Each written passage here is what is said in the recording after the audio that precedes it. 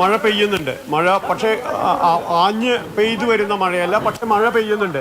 നേരത്തെ നമ്മൾ മഴയ്ക്ക് വലിയ തോതിൽ ശമനമുണ്ടായത് നമ്മൾ കണ്ടിരുന്നു. പക്ഷേ ഇപ്പോഴത്തെ അവസ്ഥ അങ്ങനെയല്ല. മഴ പെയ്യുന്നുണ്ട്. മഴ പക്ഷേ ഇപ്പോൾ അതിൻ്റെ ശക്തി ഒന്ന് കുറഞ്ഞു എന്ന് മാത്രം. മഴ പെയ്യുന്നുണ്ട്. പക്ഷേ അതിനപ്പുറത്ത് നമ്മളിപ്പോൾ കാണുന്നത് താൽക്കാലികമായി നേരത്തെ ഉണ്ടാക്കിയ പാലം അതിന് മീതെ കൂടി വെള്ളം പോകുന്ന അവസ്ഥ ഇപ്പോൾ ഒന്ന് വന്നപ്പോൾ അതിന് മീതെ കൂടി വെള്ളം പോകുന്ന അവസ്ഥയുണ്ടായിരുന്നു. അപ്പോൾ അതിനപ്പുറത്ത് സൈന്യം ഇവിടെ പുതിയൊരു പാലം, കുറച്ചുകൂടി ഉറപ്പുള്ളൊരു പാലം നിർമ്മിക്കാനുള്ള ശ്രമങ്ങൾ ഇവിടെ ആരംഭിച്ചിരിക്കുന്നു. നേരത്തെ നമ്മുടെ ഫെലിക്സ് അവരോട് സംസാരിച്ചിരുന്നു.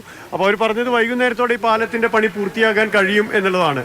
എങ്കിൽ കുറച്ചുകൂടി നേരത്തെ പാലം ഉണ്ടായിരുന്ന സ്ഥലത്ത്, ഇപ്പോൾ നമ്മുടെ ആ ദൃശ്യങ്ങളാണ് നമുക്ക് കാണാൻ കഴിയുന്നത്. നേരത്തെ പാലം ഉണ്ടായിരുന്ന സ്ഥലത്ത് അതിന് സമാനമായി കുറച്ചുകൂടി നമ്മുടെ ഒരു യന്ത്രങ്ങളൊക്കെ കൊണ്ടുപോകാൻ കഴിയുന്ന വിധത്തിലുള്ള ഒരു താൽക്കാലിക പാലം നിർമ്മിക്കുക എന്നുള്ളതാണ് ഇപ്പോഴത്തെ ദൗത്യം. അങ്ങനെ വരുമ്പോൾ ഉണ്ടാകുന്ന ഏറ്റവും പ്രധാനപ്പെട്ട കാര്യം, ഈ മണ്ണുമാന്തി അടക്കമുള്ളത് അതുവഴി കൊണ്ടുപോകാൻ കഴിയുകയാണെങ്കിൽ സ്വാഭാവികമായിട്ടും മനുഷ്യന് പറ്റാത്ത കുറച്ചുകൂടി വലിയ പാറക്കല്ലുകളും മറ്റുമൊക്കെ നീക്കി അവിടെ കൂടി പരിശോധന നടത്താൻ, തെരച്ചിൽ നടത്താനാവും. അല്പസമയം മുമ്പ് നമ്മൾ ജില്ലാ കളക്ടറുമായി സംസാരിച്ചിരുന്നു.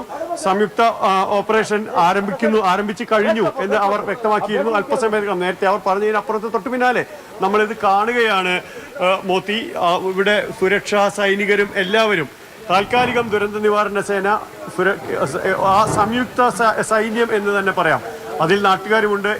ആർക്കൊക്കെ സഹായിക്കാൻ പറ്റുന്നോ അവരെല്ലാവരും കൈവൈ മറന്ന് അതിൽ പങ്കാളികളാവുന്നു. പക്ഷെ മോത്തി, ചൂരൽമലയിൽ നമ്മൾ വന്നപ്പോൾ ഈ പകൽ നമ്മൾ ആദ്യം കണ്ട കാഴ്ച ഒരുപക്ഷെ ഇനി ഒരിക്കലും നമ്മൾ കാണരുത് എന്ന്